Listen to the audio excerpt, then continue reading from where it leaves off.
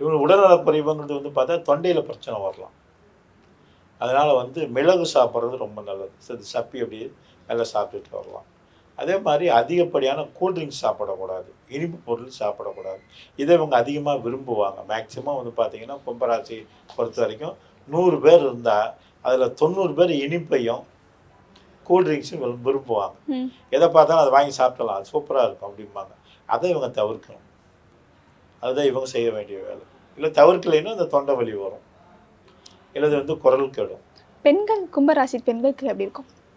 பெண்களை பொறுத்த வரைக்கும், கும்பராசியை பொறுத்த வரைக்கும் 6ஆம் வீட்டில் செவ்வாய் இருக்கிறதுனாலையும், இவங்களுக்கு 4ஆம் வீட்டில் இருக்கக்கூடிய கிரகம் சிறப்பாக அமைஞ்சிருக்கிறதுனாலையும், குரு பகவான் அங்கே தான் இருக்கிறது. அதனால் வந்து எண்ணத்துக்கு ஏற்ப சிலது நல்லா இருக்கும். எண்ணம் சரியில்லைன்னா கொஞ்சம் கெடும். அப்படின்னா என்னன்னு கேட்டிங்கன்னா, செய்யலான்னு இந்த சோம்பேறித்தனம் படுறது. அந்த சோம்பேறித்தனத்தினால வந்து பலவிதமான வேலையும் கெட்டு போயிடும். இந்த சோம்பேறித்தனம் படாமல் இதெல்லாம் செய்ய போகிறேன்னு முடிவு பண்ணிட்டு உடனே செஞ்சிட்டாங்கன்னா வேலை தெரிஞ்சது.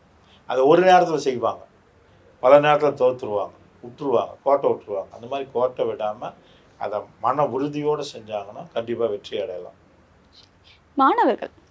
மாணவர்களுக்கு இந்த வருஷம் வந்து அமோகமாக இருக்கும். ஏன்னு கேட்டால் 4ல் குரு, 11ல் வந்து பார்த்தீங்கன்னா 10ல் வந்து புத பகவான் இருக்கிறார், 11ல் சூரியன் இருக்கிறார். அப்படி 2 பேரும் அங்கே உட்காந்துருக்கிறதுனால கணிதம் சிறப்பாக இருக்கும். கணிதம் படிக்கக்கூடிய மாணவர்களுக்கும் சிறப்பாக இருக்கும். சயின்ஸ் படிக்கக்கூடிய மாணவர்களுக்கும் சிறப்பாக இருக்கும். பொதுவாக வந்து சயின்ஸும் கணிதமும் இந்த வருஷம் வந்து அமோகமான அதிக மதிப்பெண்ணில் பாஸ் ஆவாங்க. நீங்கள் இவங்களுக்கு ஒரு அட்வைஸ் கொடுக்கணும்னா நீங்கள் தான் சொல்லுவீங்க? புதனை கும்பிடுங்க. புதனுடைய ஸ்லோகத்தை சொல்லிட்டு இருந்தாங்கன்னா, ஸோ பொதுவாக தொழில்துறையாக இருந்தாலும் சரி, மாணவர்களாக இருந்தாலும் சரி, அரசியல்வாதிகளாக இருந்தாலும், சினிமா துறையில் இருக்கிறவங்களாக இருந்தாலும் சரி, மற்ற துறையில் இருக்கிறவங்களுமே கூட புதனை வந்து நமஸ்காரம் பண்ணிட்டு இருந்தாங்கன்னா இந்த வருஷத்தில் எல்லா விதமான தீங்கும் இல்லாமல் சிறப்பாக வாழ்வாங்க.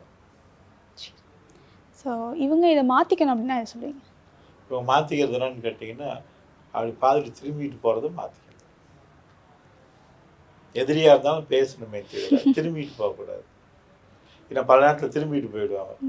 நீ வந்து பேசுனா பேசு, இல்லைங்க போடா அப்படின்ட்டு. யாராக இருந்தாலும் நம்ம பேசணும்.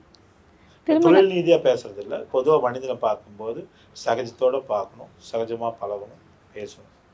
திருமண வாழ்க்கையில் அப்படியாமா? இவங்களுக்கு திருமண வாழ்க்கையில் வந்து பார்த்தீங்கன்னா இது வரைக்கும் வந்து கணவன் மனைவிக்குள்ளே கொஞ்சம் முரண்பாடு அதிகமாக இருந்திருக்கும். இந்த முரண்பாடு வந்து இந்த வருஷத்தில் இருக்காது, சிறப்பாக இருப்பாங்க. காதல் வாழ்க்கையில்? காதல் வாழ்க்கை அப்படின்னு சொல்லி பார்த்தீங்கன்னாலும் சிறப்பாக இருக்கும்.